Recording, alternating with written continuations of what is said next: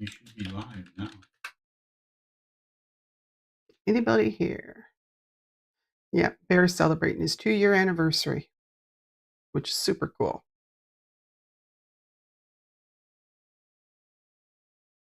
Okay, you can hear now. Good.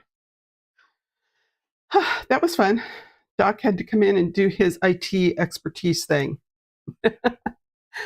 Okay, well, first of all, I was just going to give a quick update on Nikki McCain out of Redding, California.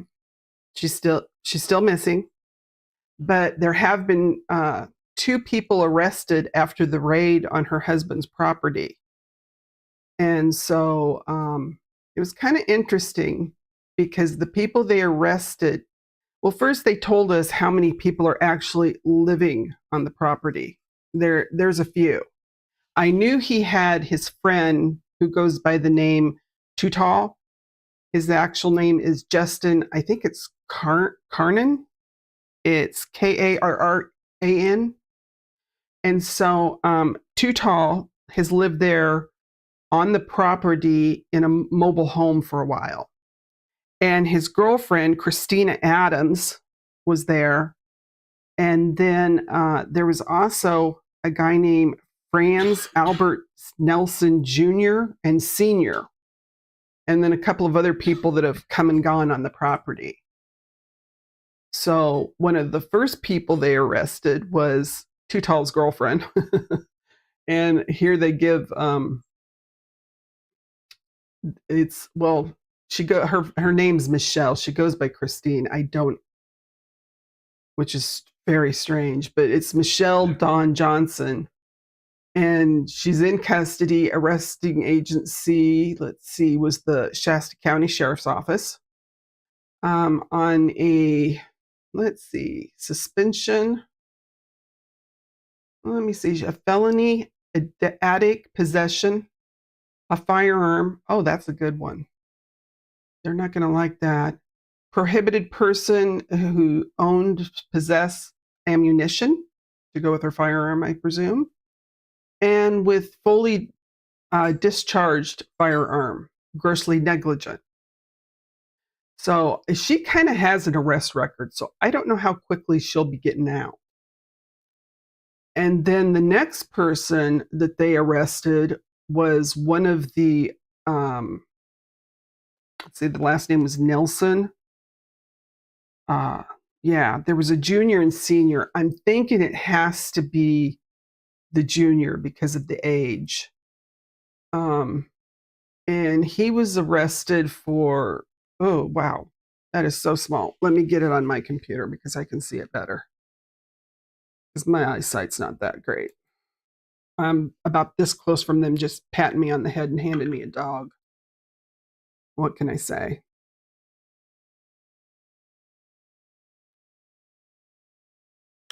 But so this guy is being held for failure to appear on a felony charge, and also taking a vehicle with owner's non-consent, I guess. So, they're not big busts per se, but let's hope maybe it's going to give us some information. Maybe they've seen something or heard something, and they'll end up telling us something, because I think somebody is talking. We don't know who, but let's hope that somebody talks and lets the family know, because they just want Nikki back. They know she's gone, but they want to be able to, bury her. So let's find out. But the next thing I want to give you guys an update on is on Emily Pike, our dear little Emily. I actually got a hold of the missing persons file. This was when she first went missing. And so they went ahead and filled out a report. And that was the information on Nikki. But here's Emily. And the first thing they did, the police report starts, it was at 8:19 p.m. on the night of the 27th of January.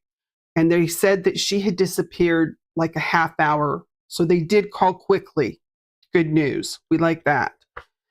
The thing that's a little disturbing, because they give us a timeline here. They said that they called the police, and after they called the police, they put in the statement. They said that she had taken off before, and they told her where they had found her, which was at a park. But nobody went to check out the park right away, which is, you would think that would be the first thing you do. But it wasn't until the next day, on the 28th, that someone at the home actually told that this young lady was on medication for depression and other issues. I mean, you would think if the police had known, they might have reacted a little bit quicker, because she's depressed. She does not have her medication, and nobody told the police. So that was kind of disturbing. Another thing that I found disturbing, this right here, this picture for Emily Pike is out where they found her, which is out on a fire road 355, and it's off of exit 277. Moo, that's my cat Moo. She wants to play with her toys. But 277, this exit that someone would have to know about. Okay. It's a pull off, and on the pictures here, it shows kind of how the highway 60 goes by, and then there's this pull off, and then it goes up, right up is the fire road 355, and that's where they ended up finding most of her, because they said that of course her hands were not there, and I think that was probably because there's probably DNA, and that's why they did that. So the one thing that was disturbing, at least to me, was that on February 11th, the police were notified by an employee at the group home that they had got a call or a voicemail message on February the 2nd, but it wasn't available till February the 7th. So that's 5 days. And they said that on this voicemail, someone told them that Emily was with her mom on the reservation.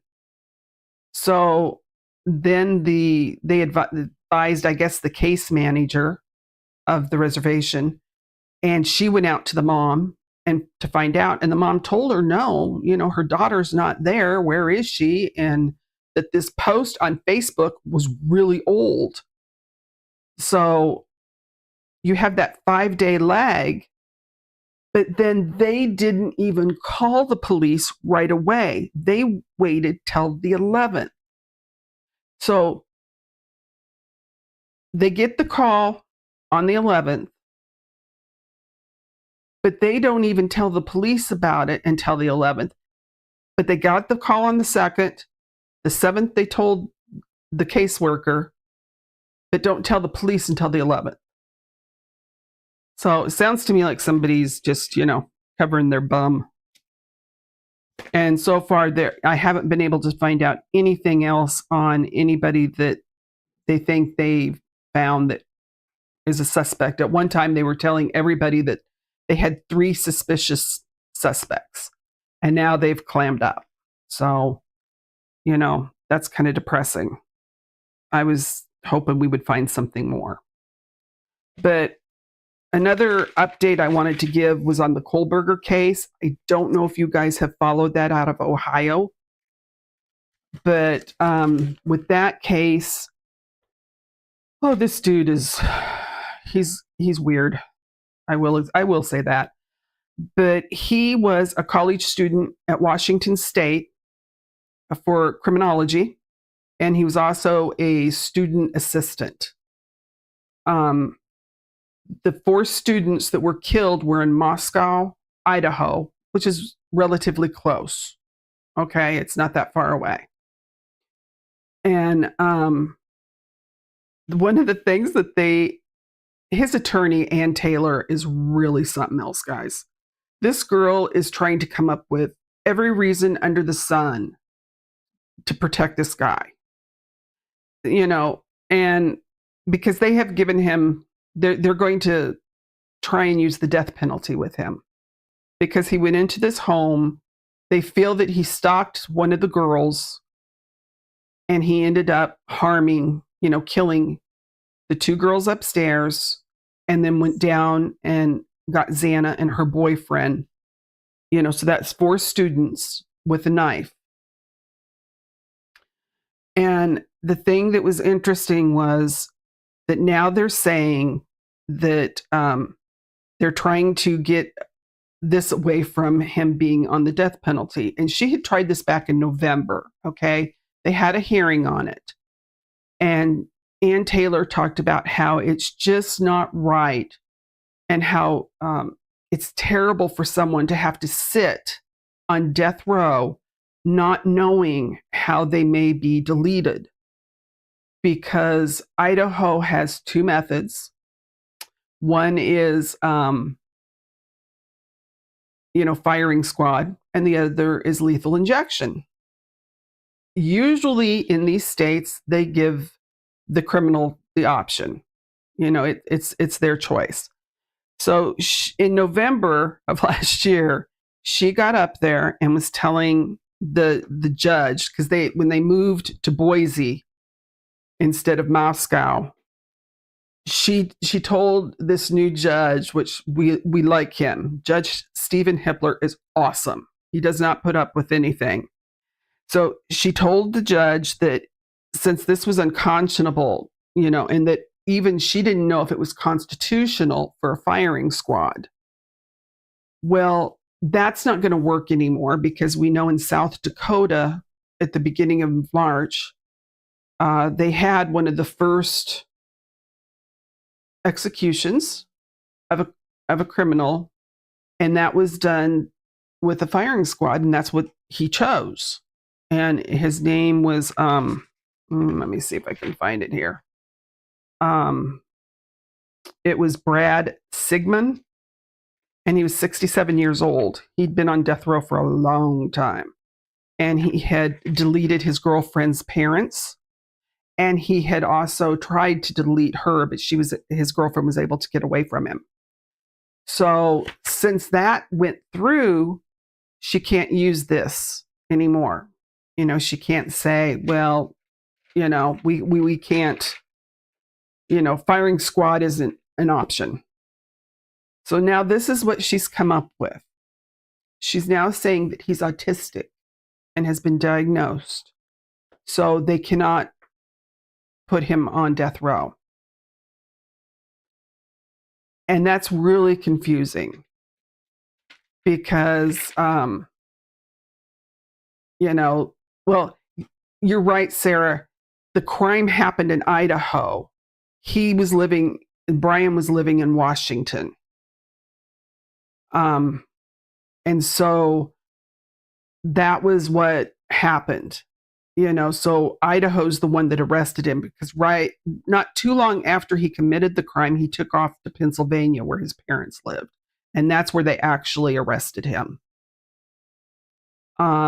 Now, some of the evidence, so she's saying he's autistic. There's no way that, they can, delete him. And so they need to take it off the table. Now, when he first had his public defender, his public defender said that Bryan Kholberger actually helped come up with his statement that he was looking forward to being exonerated, because this is a guy that has been doing a criminology course. This is what he was going to school for. So, her trying to say that he just can't handle things. And then she tried to say that he had another illness that kept him from moving real fast. So he wouldn't have been able to have done this. Now, the evidence, one piece of evidence that they have found was they found the sheath of a K-bar knife Now, he had purchased a K-bar knife and a sheath 8 months before this all happened. So, and I'm not, and I truthfully, I know, Sarah, your kids are on the spectrum, and I just don't. I don't know if this guy really is, or they're just making it up. Because if he was on the spectrum in November, why didn't she bring that up? Instead, it was just all this, oh, he can't be sitting there for years and having to worry what's going to happen to him and how it's going to happen. It's like she's pulling anything out of her hat to say, hey, you can't do this.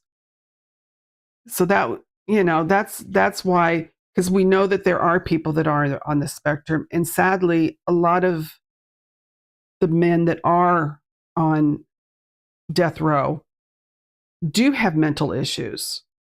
And like JD was talking about in his live tonight, a lot of these guys, they have been abused. They do have mental health issues. This guy deliberately, though, went in and took 4 young people's lives. Didn't even think about it. He did not, as far as they know, he did not know any of them. They think he might have had a crush on one of the girls. So, but the sheath that they found was beside Madison's. He'd left it beside Madison. So Ann Taylor was trying to get the judge to say that they couldn't use the words touch DNA or she didn't want them to talk about the DNA on it, because she said that it would give people, because it's very small. It doesn't matter.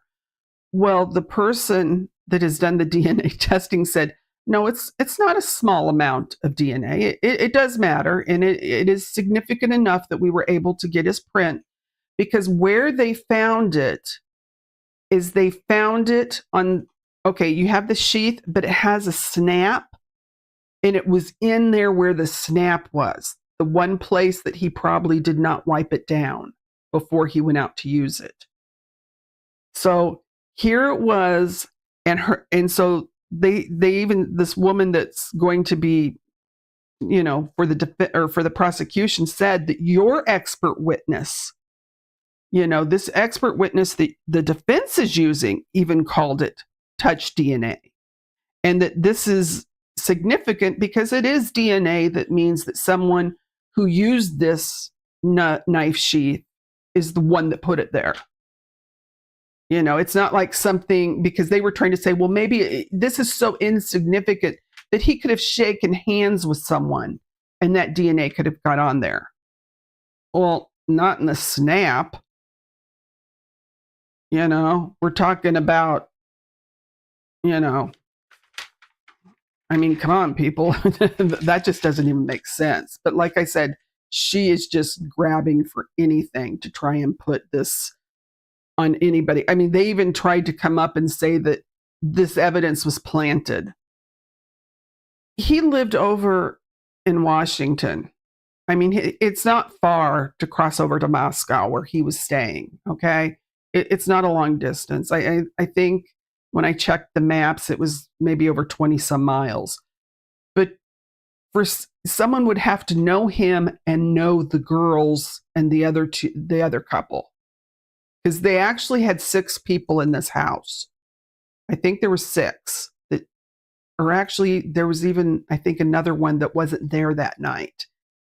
Now, one of the girls actually did see him because she thought she heard something, and she had opened up her door when he came down from the top floor, and all she saw was this man with a mask, but she was able, we don't need him, but she wasn't, she saw bushy eyebrows.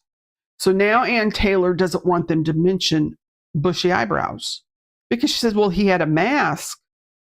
Well, I guess he might have had a mask, but the bushy eyebrows were above it. And she goes, well, he doesn't really have bushy eyebrows. Well, I'm sure he got rid of them. But if you see the photos, the dude's got bushy eyebrows. I'm sorry. You know, let's look at the facts here, peoples. It's so but she's just trying to come up with anything that she can.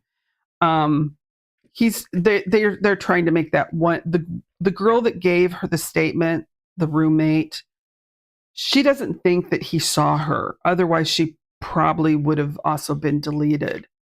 But she went back in her room and was terrified. She didn't know what was going on. They've they've talked about the calls between her and one of the roommates on the very bottom floor.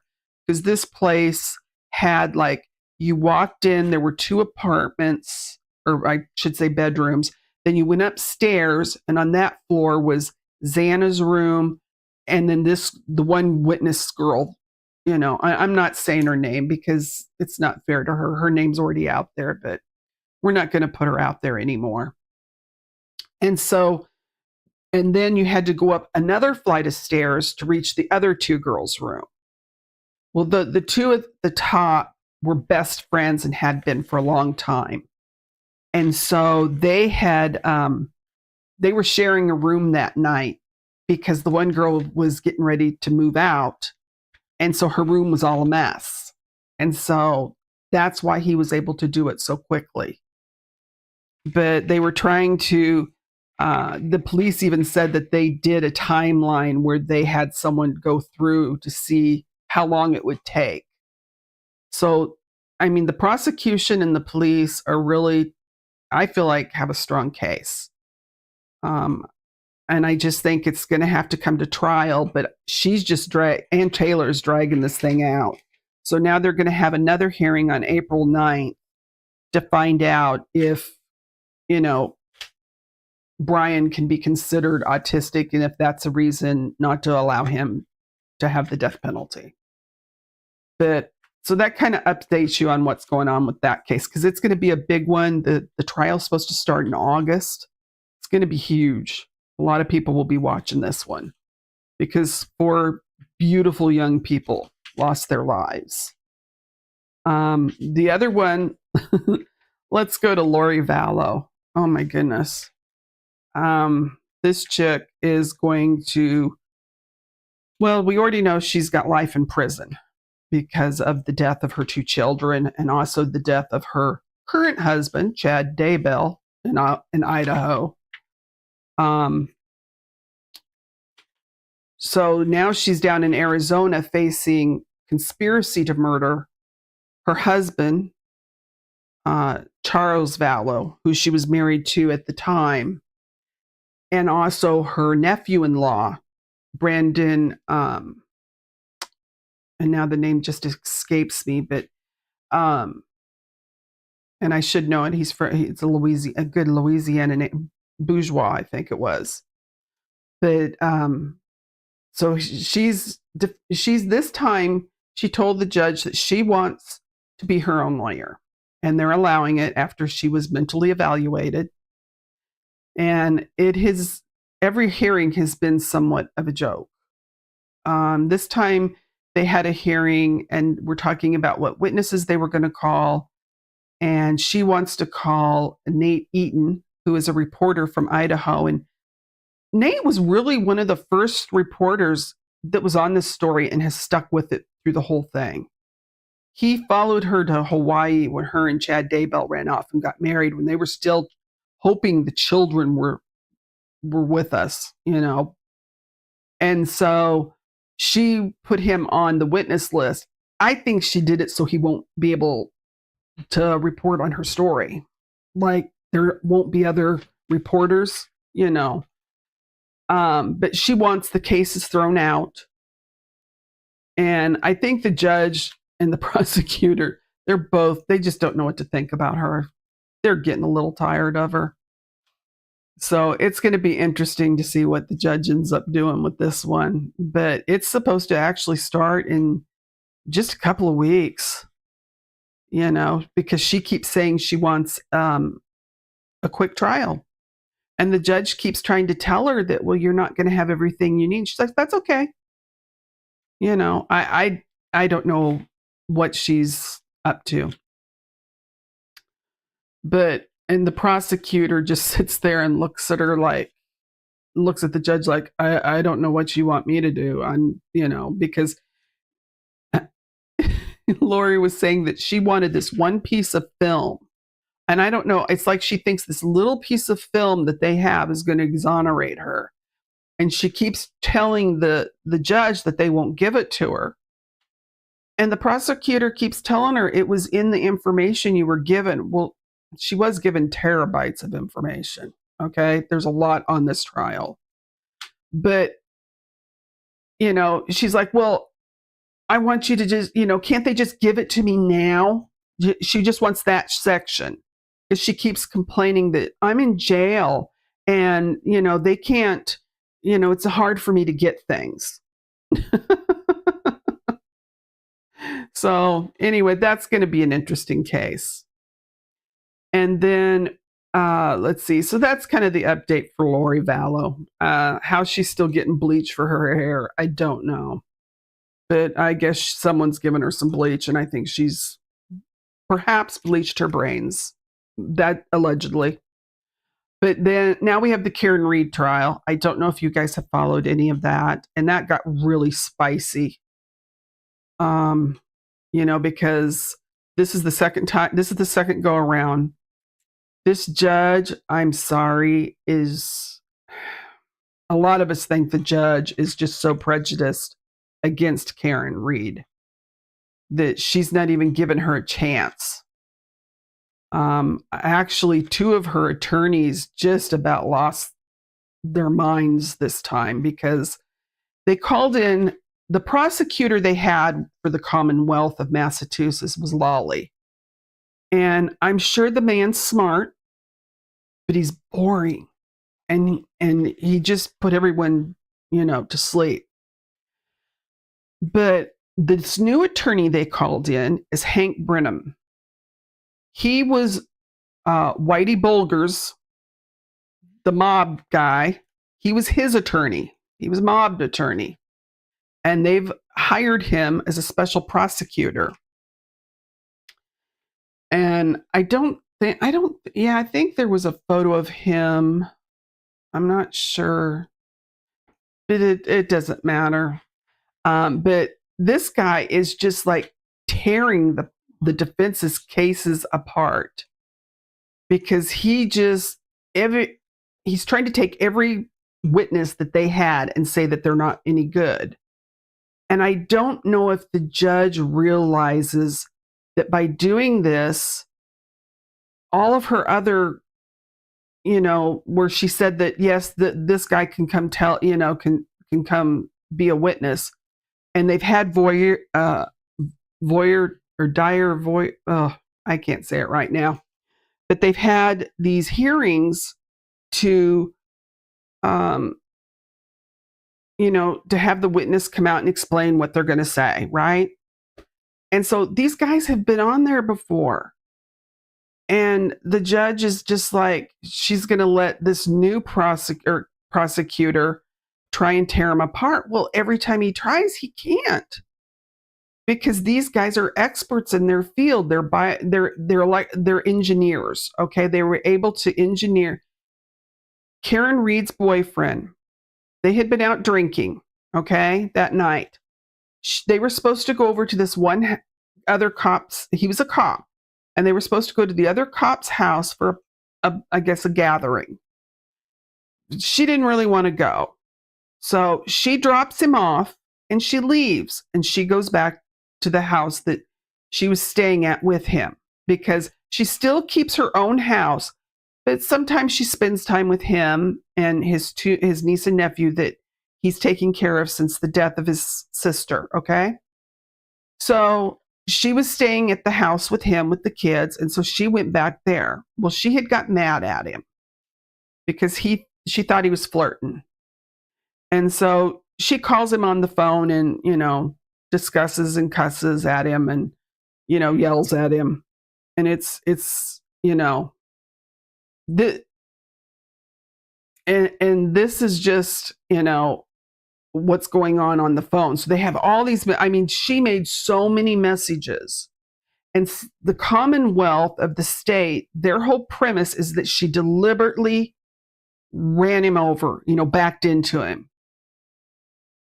But the story doesn't make sense, because if you had run into somebody with your vehicle on purpose and left, would you call them multiple times yelling and screaming at them? No. And these engineers that actually the federal government put on the case to see if it was possible that John O'Keefe had been hit by a car, they said no, that his injuries do not go with being backed into by a vehicle. And so that's why the Commonwealth does not want them anywhere near this case. And he's trying to get them kicked out of the trial. And this is the first time that one of her attorneys, that dude almost lost his mind with the judge. And Judge Bev is not a happy camper when people don't, bow down. So that was really a crazy case. But yeah, let's see. What other cases do we have to talk about tonight? Have you guys heard of any cases that you're interested in?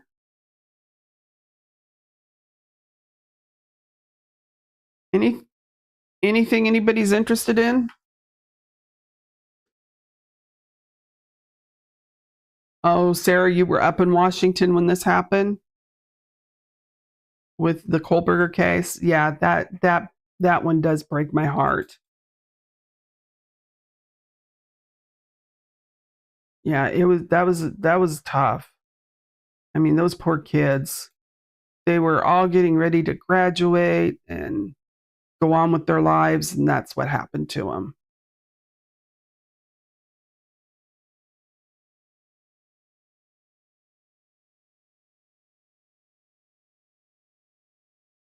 But let's see. Let's talk about these two chicks out of let's see. Oh, Fort Wayne, Indiana. Their names are, they're 21 and 22. One of them is Cooley, and the other name's Granados. Well, the one, Granados, was Instagramming with a 17-year-old girl. And the 17-year-old had made the comment that she wanted to get away from home. So I don't know what was happening at home for her, but she wanted to get away. So they went and they picked her up, these two women. Because when I ask you what you think when we talk about sex trafficking, we usually think about people, Liam Neeson, people being taken into another country. That's not what happens a lot. These two women went and picked this girl up. She was 17 years old. They threw her phone out, gave her another, because they told her that, you don't want to be tracked. And then they proceeded to make dates for her and explain to her, she was going to make lots of money. Now, this is Cooley, the one on the screen right now. And she's the one that these two were also, I should say, offering themselves. They had taken photos and were putting them all over the internet, trying to get business. Right away, they put this poor 17-year-old girl to work. And then they would have to give half of the proceeds to her name's Grandiose, the brunette in the group. So she was being, trafficked, and she was a minor, 17 years old. Now, when the police got some hints that something was going on the internet, and they started seeing these photos of the young girl. Well, then they started, you know, investigated it. And when they investigated it and they went to the house, they ended up finding, of course, drugs, fentanyl. And then they found out that this young girl was being trafficked and that there was mentions of other young girls. And they were also talking about that there are several counties out there in Fort Wayne where they think these two and also some other people are getting these young women, and that's what they're using them for. You know, they told her, "Oh, you're going to make lots of money," you know, and she was ready to go home. You know, I don't think that's what she signed up for. You know, and at 17 years old, these girls don't know what they're saying when they say, I want to, you know, go somewhere and get away from home. I let's hope that at home wasn't as bad as what she was going through. I don't think so because her family was looking for her. They wanted her home. You know, so that was terrible. But, you know, I think that's one of the biggest things is we have to stop thinking of trafficking as something that happens internationally because it doesn't. It's local, you know. So I think some of the things we need to look for is when we go out to big events, you know, look at people, put our phones down, pay attention to what's going on around us. Um, let your children know. I know here in Texas, we had a case where a woman came out of a bar and there was a tissue on the handle of her car and she went to remove it. Well, all of a sudden she started not feeling well. Well, someone had put something on it and it got absorbed into her body and they got her to the emergency room in time. You know, these are things we have to discuss with our children, male and female, because it doesn't happen to just girls. A lot of times it's the girls that we hear the cases, but that's because the boys don't report. You know, the boys, you know, not, and a lot of girls don't either.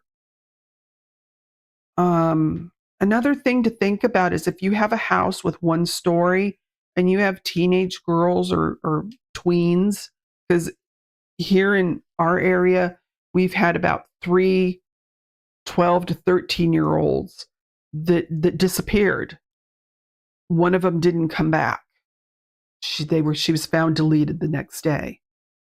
They were able to get a couple of the others back, but they're being reached through their devices. These people that hunt these girls, they know what they're doing. They go on WhatsApp. Snapchat is a huge one. Instagram was how these two women got that 17-year-old.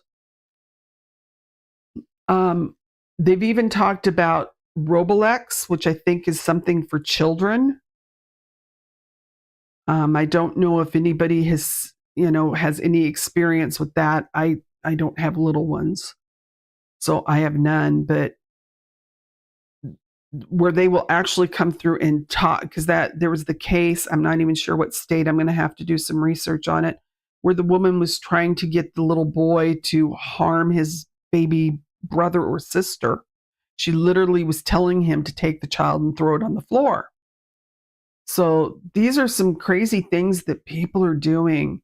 So if you have tweens or teen girls and you have a one-story house, I would be making sure that outside their window, I am planting things that are not easy to get past. You know, if you can, they should be on a second floor, you know, for their protection, because they go out there with these great ideas that they think is going to happen. Oh, I've met a friend, and I read a statistic today that just about scared me. It said that 1 in 3 children that meet people on the internet consider them their closest friend. 1 in 3. Their closest friend is on the internet. These are people, they have no clue who they are. I mean, come on. But because we've become such a world of technology, we're not communicating. And that's what we need to do. We need to start talking to each other. We need to talk with our children. Have game night. Spend time with your kids and find out what's going on. Because we've got to stop letting them, everything's through a device, Oh, what'd you say, Sarah? Sadly, it doesn't matter what you do, they will get out. Yeah, I know. My niece did. Hey, William. Yeah, it's true. If they really want to get out, they somehow find a way. But we have to try and do everything we can to stop it, you know?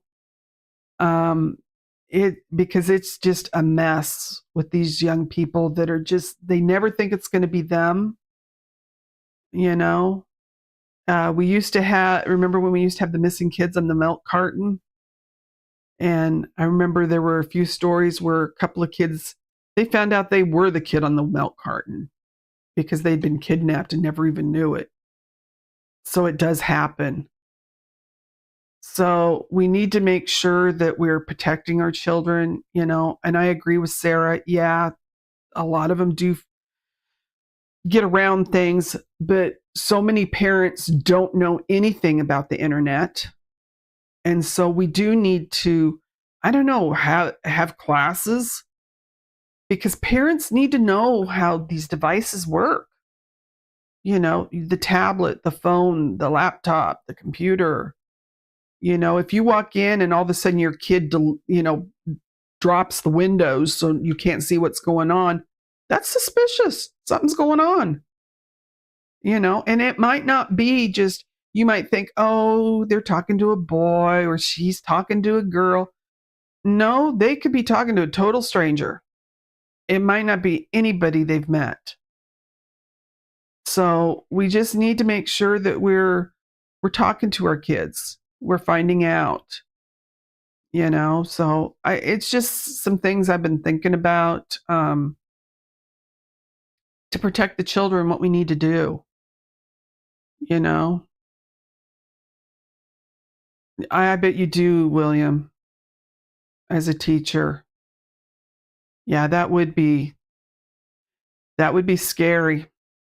Seeing the children that they come from broken homes, and it doesn't take much for some of these kids to get just a little bit of attention, and they think they have a friend or someone to confide in, and well, it's an adult and they're older, and they think it's someone that they can rely on, and the next thing they know, they're in a lot of trouble. So we got to do what we can to try and prevent that. And it's by educating ourselves so we know what's happening, so we can protect children, um, even our college age students, because sadly, a lot of college girls actually can get sent out by their boyfriends, and they say that that happens more than we think. But are there any things that you guys are seeing or any tips that you have that are helpful? I mean, I'd love to know what you guys think.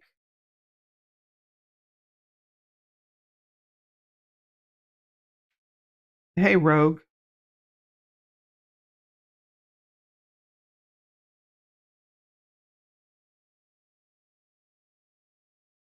It's great to have the cats. She's just sitting here watching.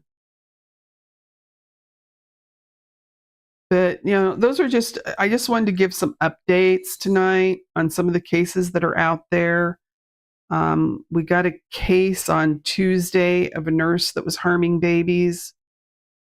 So that's coming up on Tuesday. I can't remember what her name is, but I'll be looking into that one because that's a sick person that starts harming little babies. But if anybody actually sees a case that they just want to know what's going on with it or have heard something about it, let me know. Or if you've overheard someone talking about something and you want to know, that's cool. Um,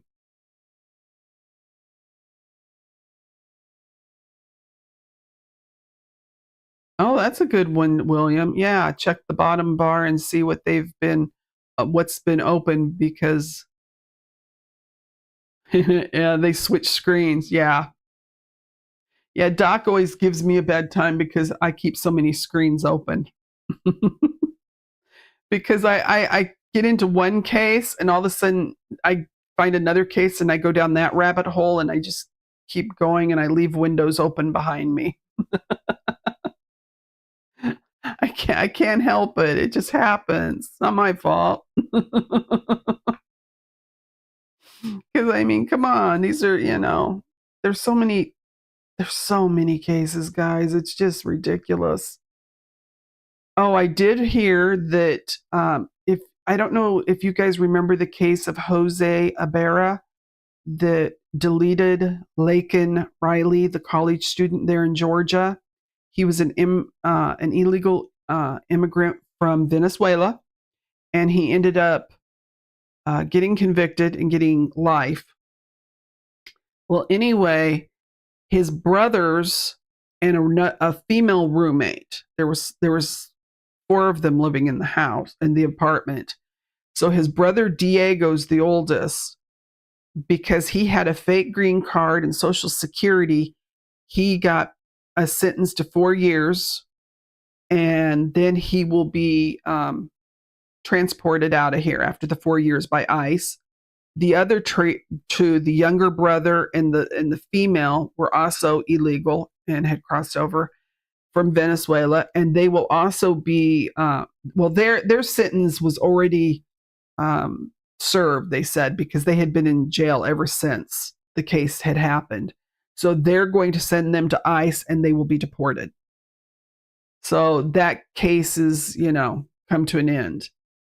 Now, one thing I do put out a lot of information on the death penalty on social media because I don't say it's right. I don't say it's wrong. But I feel that if we use it in our legal system, then we should know what happened with the case, why it happened, who the victims are. Remember the victims. There have been people on death row that have been innocent. It doesn't happen a lot. They do have a lot of appeals. Just recently, a gentleman got an appeal after his had been used up because he was getting ready to, get in the line for being deleted. But they said that the prosecutor had hid information on in his trial. So, and that's the thing with the death penalty is if you're going to use it, everything should be checked over. All the DNA needs to be checked. Everything has to be done. Cross the T's and dot the I's. Because you can't come back from that. We hear all the time of cases where people have been in prison for years, and it turns out they were innocent. And that recently happened in a big case because she was actually an author. It became an author after her they make me say the word grape, essayed. She was essayed as a young person. And they put her in a position to identify someone that she wasn't sure. And he ended up getting convicted, and I think he was in prison for, a long time, like maybe 20 years. I'll look into that some more. But so he was able to get out of prison because they ended up, I think, doing some DNA. He got exonerated because when they were writing this story with one of the people that was helping edit or something, things weren't adding up to her. And so they ended up getting more information out to find out that this was not the person. He didn't do it. So he was alive so he could get out of jail. But if you delete someone, there's no coming back. And there are those cases that I have watched and I'm just like, yeah, that person, Lori Vallow's husband, or Lori Vallow Daybell, her husband Chad, he got the death penalty for the murder of Tylee, JJ, and his own wife Tammy. So that's a case of where he really, really deserved it.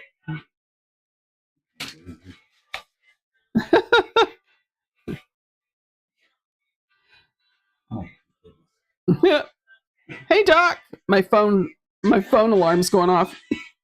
I dropped my phone.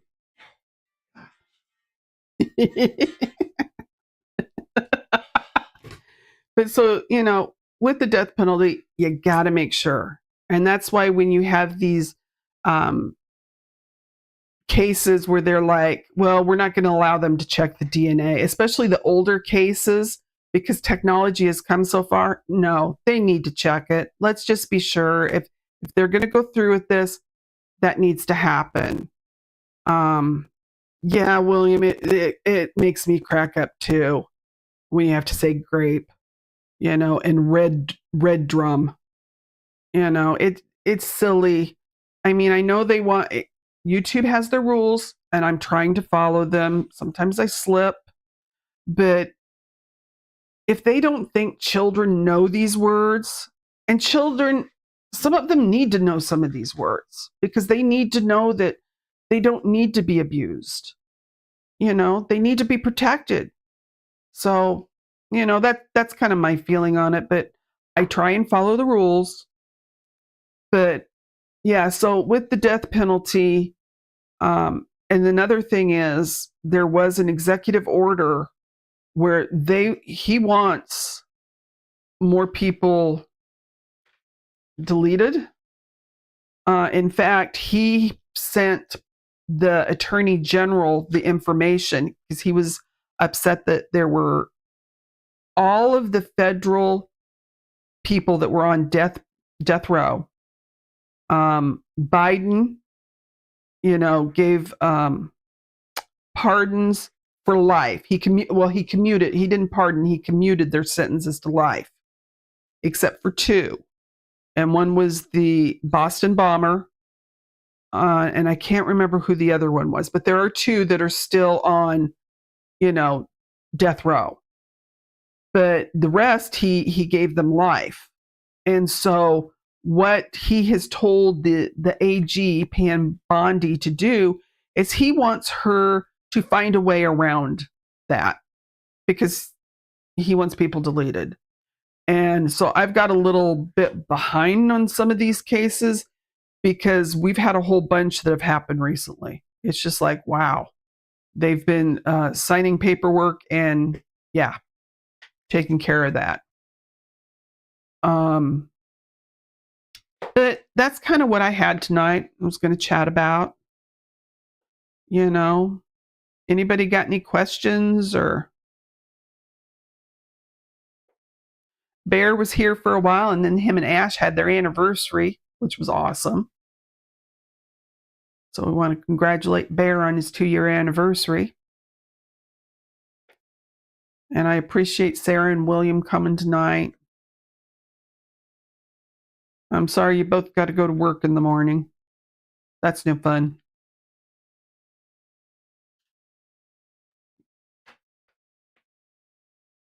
William, how's your new place doing? You doing okay with it?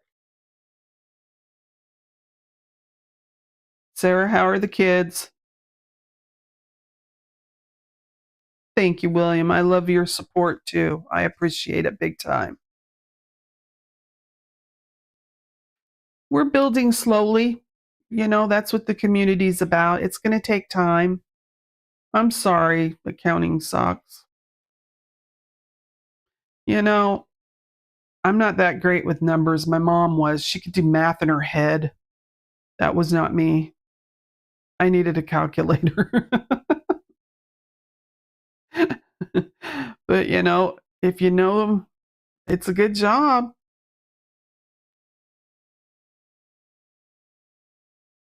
Okay, you're not in yet, but I can't wait till you get your own place, William. Get that all set up. It'll be so nice for you and the girls when they come visit you.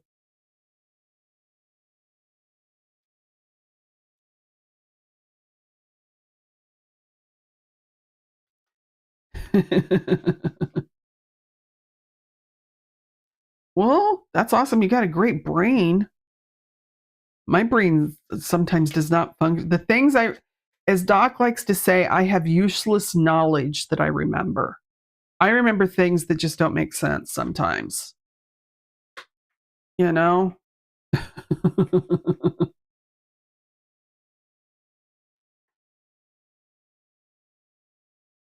Oh, so William was an accountant before too. Ah. Yes, Krista's not here tonight. I know she hasn't been feeling good, but she was good with numbers too. I think she was an account manager had some big accounts at one time. Yeah. Before her accident. Yeah. So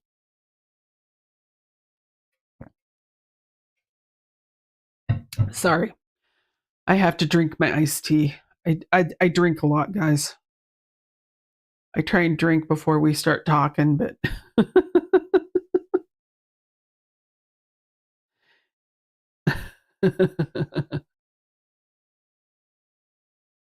okay. For a large electrical company. Yeah. That was ooh. See, Doc took some classes for accounting because his boss wanted him to get a degree after he told him if he took the job, he didn't have to have a degree. Then he's like, now I want you to get a degree. And he wasn't even in accounting, but it was crazy. You know?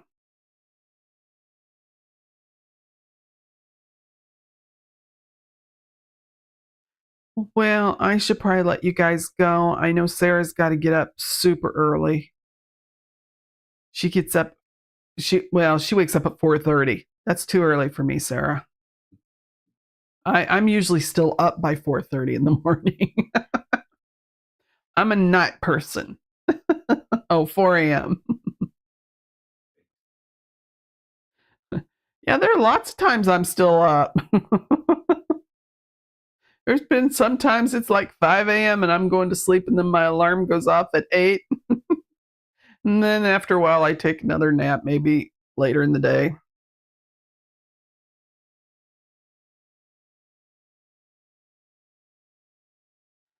Well, I love you guys.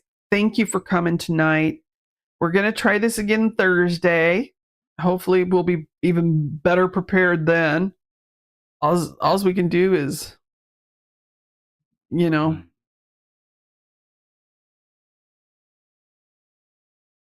Oh, junior William says junior high starts at 7:30. Ooh. And he's a teacher now.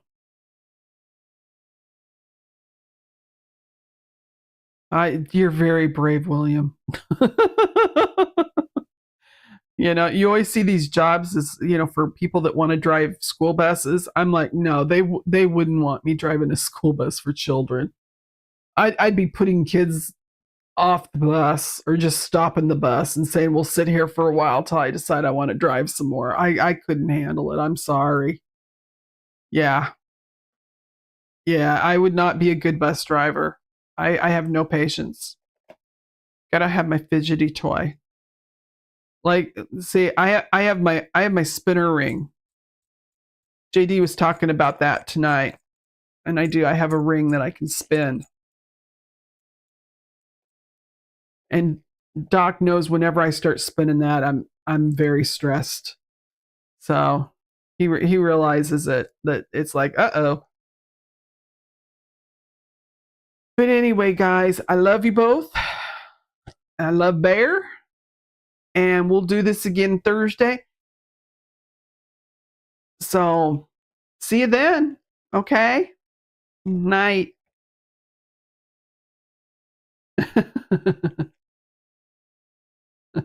Yeah, I wouldn't be a driver, William. They'd be kicking me out real quick.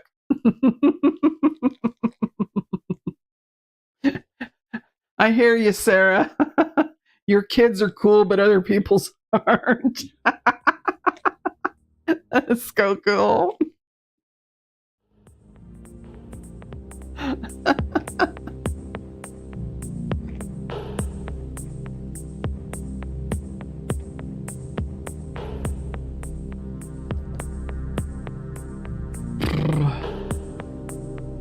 Yeah, I have